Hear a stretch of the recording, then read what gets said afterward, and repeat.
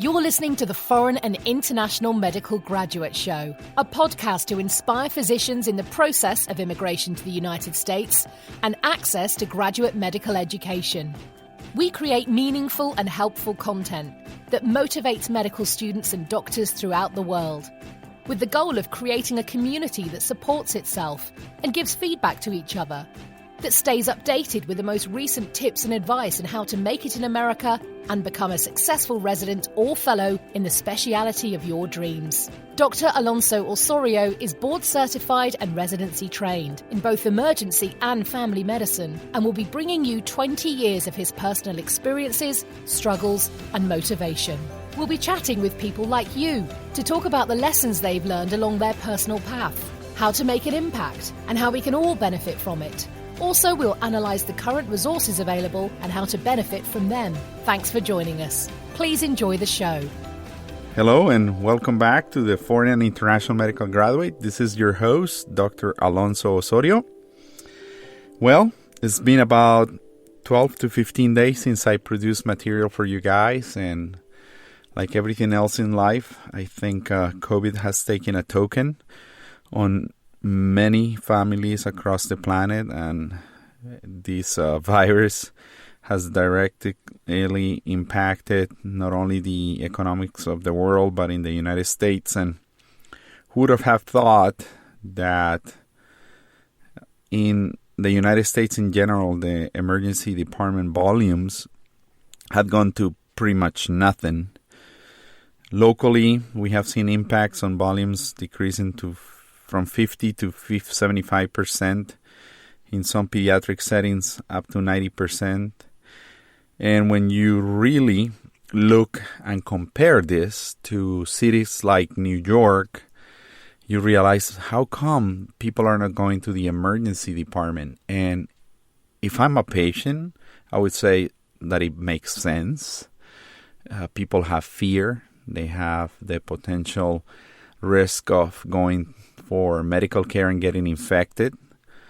Now I think everybody's reading and listening to stories across the United States that patients are actually getting sick. They are sitting through their chest pain, they're sitting through their paresthesias, and they're actually stroking and having MIs and heart attacks in their homes.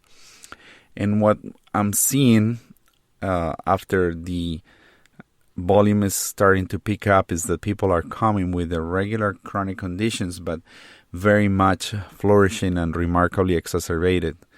All of a sudden, people feel that now is safe again, and they think that is the time to go back to do regular medical care, not only at the doctor's offices, but also in the emergency departments across the nation. Telemedicine has played a significant role, but obviously in this type of line of work, physical touch and interaction and, inspection, palpation, auscultation, it's pretty much crucial in diagnosis and treatment of conditions in the United States. So I have, as I said, many of us had tough times, and some of us are trying to get by, not only financially, economically, with your family. Some of you guys are really struggling with shifts, hours, and so forth. And here it goes. I'm going to drop the bomb. So for those that are out there, I want to let you know that the reason why I haven't produced material is because, unfortunately, I lost my job. Yep, as you hear that, I lost my job. I was not fired, but I was let go. So I'm a victim of COVID-19, not because I got sick, but because I was let go. And it's supposedly related to the economical impact that coronavirus has had in our healthcare system, and specifically in my specialty in emergency medicine. When you work for fee-for-service, or you work per event and you work for productivity, and there is no patients to see or treat, obviously, since we're in the business of healthcare, and there is no business and no customers, there is no money, so no doctor needed, doctor is being let go. So as an emotionally tragic as this can be, I'm I'm not going to let myself go down. As a frontliner, as a physician in the trenches for the last 20 years, I feel that I have the skills necessary to come back and put myself back in the market. So I know that we've been talking about interviewing skills and what we can do to make ourselves better. So I'm going to give you an example of what I had to go through for the last week.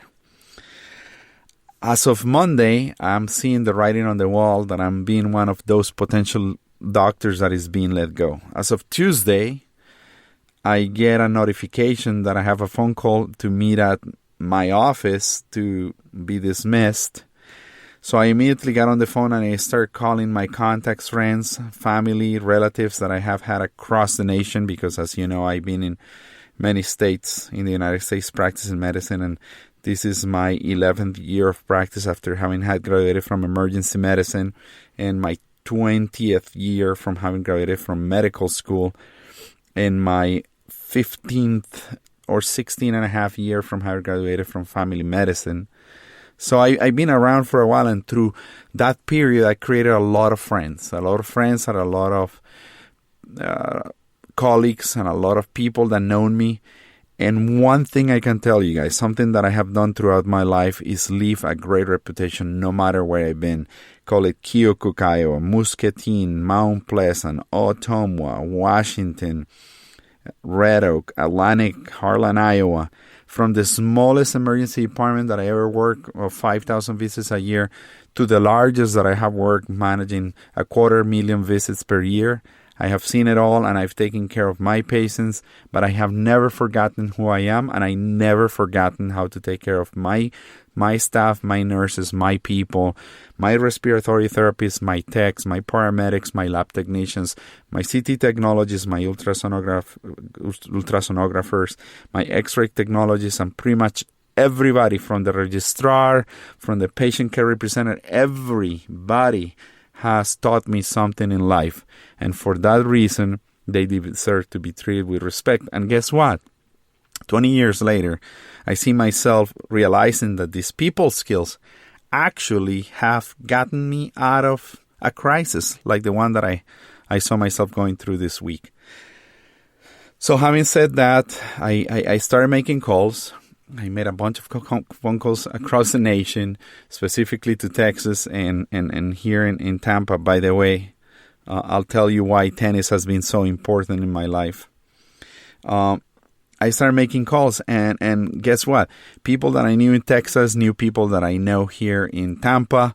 They know each other. They spoke highly of me. Immediately, phone calls are being thrown away to get references and background checks from me, and everybody's speaking fantastic things about Alonso Osorio.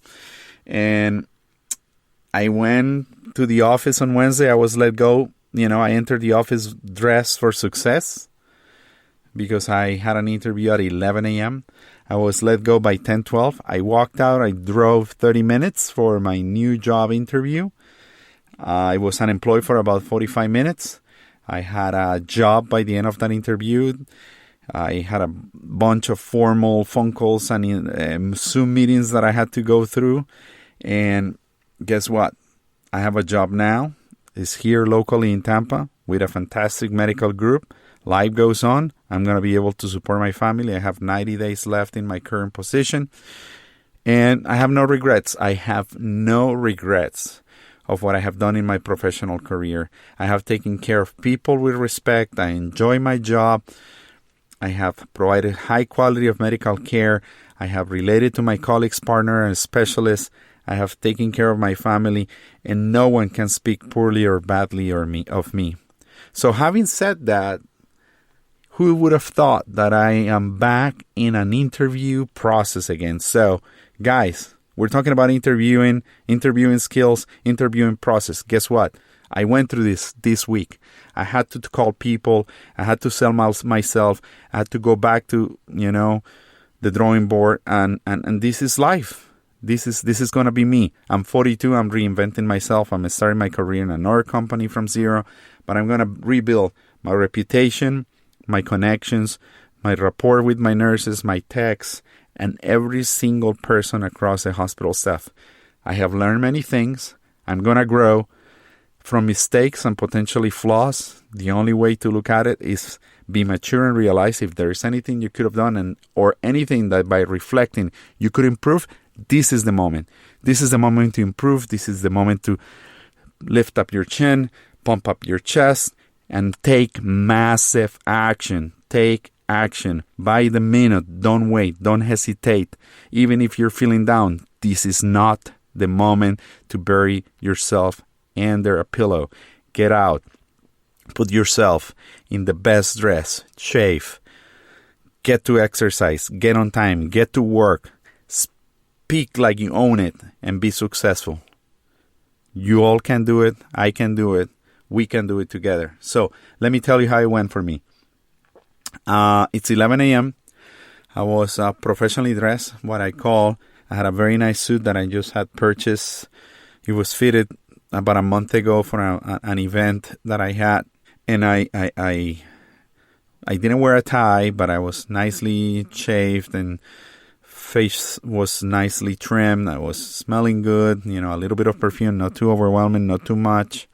I went in, listened to what my exit interview had to be about, and I walk in.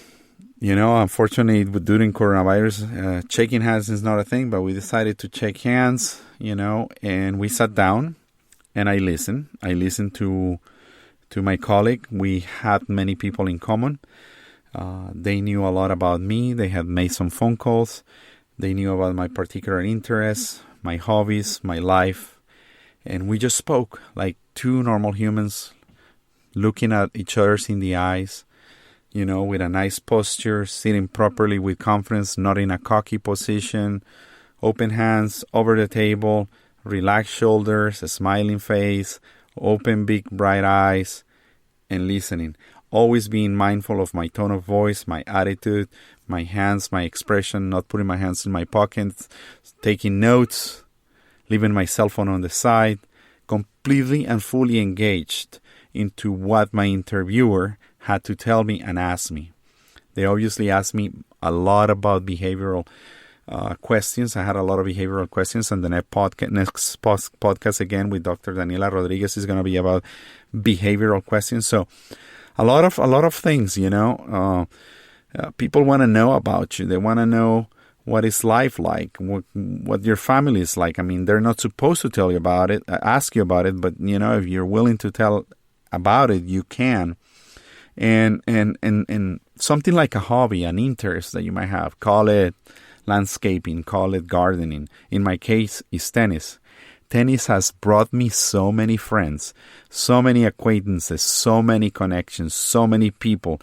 Right now, I belong to a local country club. I have fantastic tennis friends that are extremely powerful people in the community, in the radio, in television, in health insurances, in healthcare, doctors, entrepreneurs, insurance owners, lawyers, you name it. All kinds of people. And when tennis is out there, we enjoy ourselves, and any boundaries titles go away. We fight it, and I have made plenty of good friends, plenty of nice acquaintances, and they know me. They know my character in the core. They know my character aside. They can vouch for me. And, believe it or not, despite that I was going probably through the worst 24 hours of my life, last week I played tennis more than I have played probably over the last few months. I played tennis 5 times during that week, because it's the only thing that really kind of kept the level of stress down. And tennis also got me connected to my new job. A good friend of mine that I play tennis with, helped me remarkably well to secure this job. Not because I think only the personal and professional relationship that we have. He knows my person, my character as a tennis player. We spend probably 25, 30 hours on the tennis court having fun with each other and talking about life and exchanging balls and screaming and cursing and breaking rackets, you name it. Whatever it is, I made a friend. That friend was there for me. He helped me. And right now I'm here to prove him that I'm going to be extremely excited, extremely proud that I'm there for him, and I'm going to work so hard to make him look good and make myself look good. It's been a tough week. It's been a lot of sadness from my coworkers and especially my nurses, my techs, my lab technicians. Everybody that has surrounded me during the last 5.5 years are remarkably bummed out about the fact that I'll be leaving in 90 days, actually like 83 days. But that's what I wanted to tell you. I'm here. I continue to walk up, with my chest straight and strong. My demeanor is not going to change. My attitude hasn't changed. I'm blessed. God has been here for me. My wife is supporting me. It has not been easy in my household. My kids are here for me, and we're going to keep pushing through, and I'm going to keep making material for you guys. So please follow me. Listen to this show. Share it. I know that there is not a lot of rich foreign medical graduate type of content, but I can tell you, never give up. And interviewing went fantastic. It was amazing. I did super well. I think I'm really good at it. After 20 years and probably more than 25 interviews or more through my life that I've gone through, I think I consider myself pretty confident about speaking about myself and speaking about who I am and the preference that I have in life. And I think my reputation speaks for itself. Another funny thing before I let you go is that I had to update my resume. So I went back in. I look at the style of the font. I look at the title. I look at the colors. I look at the distributions. I look at the paragraphs, the size of the lettering. And I updated every single section of what's been my life for the last 5.5 years. I also went into LinkedIn and changed everything in there. I changed my signature and my email for now. And I'm just kind of waiting to get the contract signed, hopefully this week, and move along. But I tell you, it's rather exciting to go back to the drawing board, reinventing yourself. And I'm going to start working into other smart passive income sources of revenue for my life, for my family, because I feel that we physicians shall have another entry of cash available. I think our work is 100% with our hands and brains. I think we have to have other avenues of revenue available to us. Thank God that we have Ghost Scribes and other business ventures that I have with my wife and my family. But I think this is the moment to reinvent myself and plan something else. I think I'm going to explore some new business avenues, some investments, and we'll see. We'll see what life brings on. I'm going to continue producing good, rich material for you. And as I said, please follow me, share, because sharing is caring. I'm also letting you know that I'm currently working with a Colombian designer. Juan David is helping me with my brand new website. We're going to redo everything about the podcast. We're going to probably change the name of the website. We're going to make it pretty, more responsive, email subscriptions. We're going to offer PDFs, ebooks. There's going to be a lot of goodness coming around. It's a lot of financial investment that I'm doing in this, a lot of hours on the phone, a lot of hours in the computer, a lot of hours really researching myself and trying to reinvent myself and relaunch this nice, awesome content that I'm trying to create for you guys. So keep listening. For now, go to fmg-imgcast.com or send me an email, send me a text, leave me a review. By the way, guys, send me a review. I'm waiting for those reviews in iTunes. Give me a 5-star if I deserve it. And believe me, those ones that have left me comments and feedback, life has been crazy. I'll get back to you all. I love you, and we'll stay in touch. Thank you again, and thanks for listening one more time to me, Alonso Osorio. You are my champions. Thank you, Rockstars.